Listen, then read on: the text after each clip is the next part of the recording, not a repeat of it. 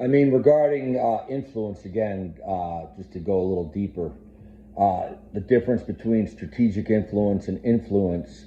And when you look at the influencer marketing space, from the beginning, as it's evolved, as more data's come in, as more influencers, more platforms available to automate, and everything is built around revenue, right? You hear people talking about monetize and subscribers and CPMs and all that, and it's a very small layer in the big picture, right?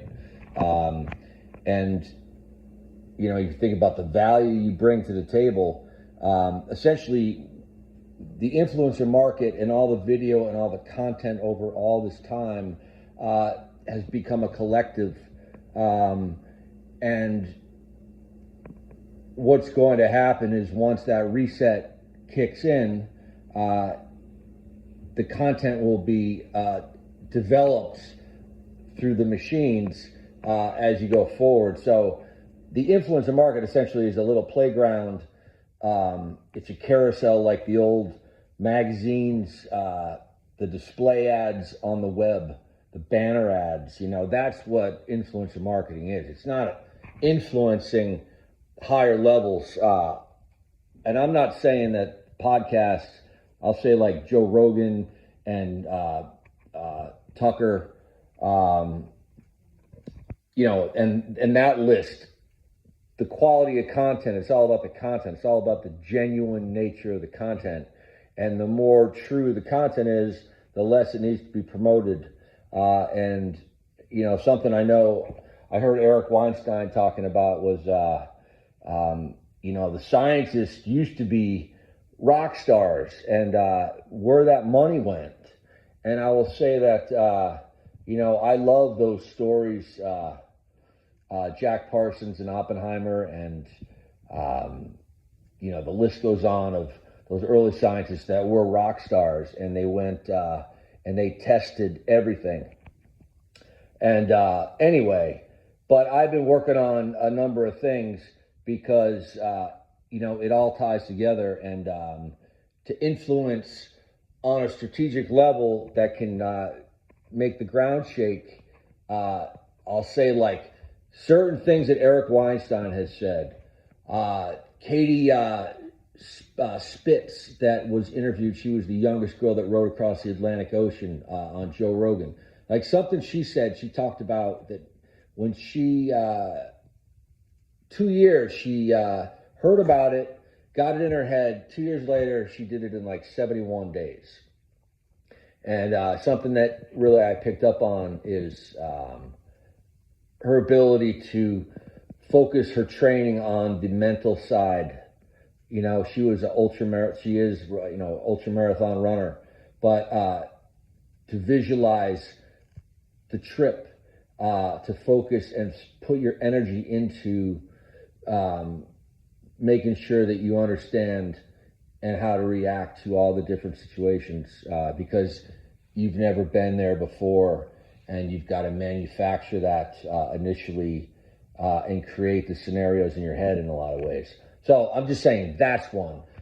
Things that Jordan Peterson has said, all these extremely intelligent, bright minds that have said the right things seemingly at the right time that I picked up on, and then you start to kind of develop the fabric from all this to a solution, right?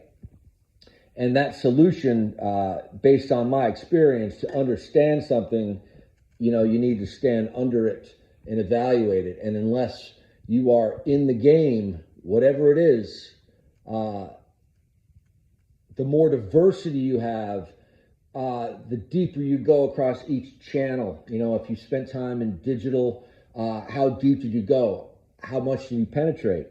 How much insight did you get? What did you listen to? And like when I was in, that world of digital marketing and the beginning of it all the way for just almost, 18 years or so, I was able to maneuver. I didn't have the experience, but, I didn't stop. And I got my chance to connect with some very, very high level individuals. And I guess I would call it, canned influence, because there are some that I've held off on connecting with, but have had them in my roadmap. Going back and connecting that quantum dot somewhere, that specific moment in time, and putting focus on and energy into that past moment. I believe with enough energy, you're able to flip the outcome, essentially. And I would not say that unless I had documentation. And essentially, being in that world, and kind of I've looked at myself like Hunter Thompson, and just really kind of like living in the world, rolling through and just taking notes in my head, and trying to measure as much as I possibly can, especially going through things like when I went through rehab. I wanted to be the poster boy. I wanted to come out of there, kick ass, and figure out how I did it, and evaluate it, and document it, and use benchmarks to continuously improve. And then as time went on,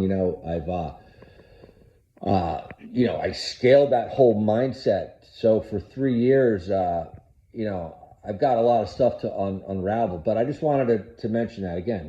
Influence, there's got to be a new standard, because, I think as far as people understand what I'm talking about, advertising, as George Carlin had said long ago, it's complete bullshit, and he talked so much about advertising and his father and his mother, and it was in his family. He saw it, and he had such a realistic view because he lived it. And then I also lived it, and I've seen what it's done, and I've seen just how people are essentially programmed, not to go too deep into all that stuff, but there needs to be education. And I know President Trump had an executive order signed to get AI into the schools, but I believe a mandate to all the networks to focus 10%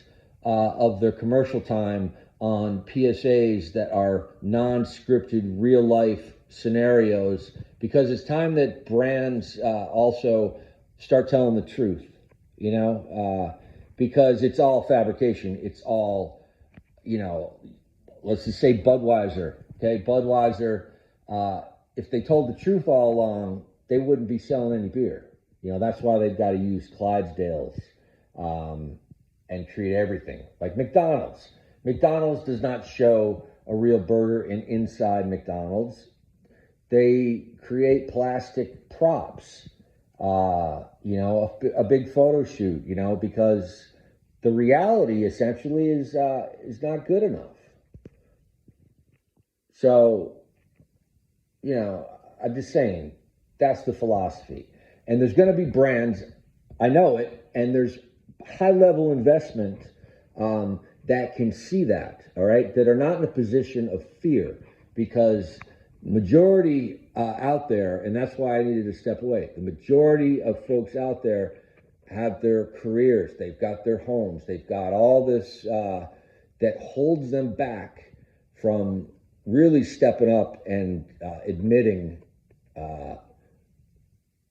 what's going on. You know what I'm saying? Like, people are going absolutely ballistic out there, and the most rational person, the person that has the rational, very pragmatic mindset with so much of what they do in their life, like buying a home, going through your due diligence with investments. But when it comes to hearing something, I'm just saying, say Trump, boom, they're off the rail. That is the sign of programming. And there are ways to deprogram, and that's what I'm recommending, that allocation of budget that's going to come. There's going to be advertisers that are jumping on board, the ones that want to go forward with a new mindset, okay? And Again, talking about what Eric Weinstein had said about the sizzle and science, and the investment. And I'm saying that it's something I've been working on for 3 years, and it has to do with, I've done use cases for so much of my mindset, those I listen to, those I focused on, the quotes from music. Like I learned so much. My most valuable lessons come from those that I have never met. Even Chris Cornell vocals. 3 years ago, I set out to do whatever I had to get my vocal range, and somehow I figured that out. Which it'll get better every day. I'm not saying it's great, but point is that everything comes from somewhere else, okay? And that's always intrigued me, and I'm very kind of sensitive to everything around me, the energy, the vibration.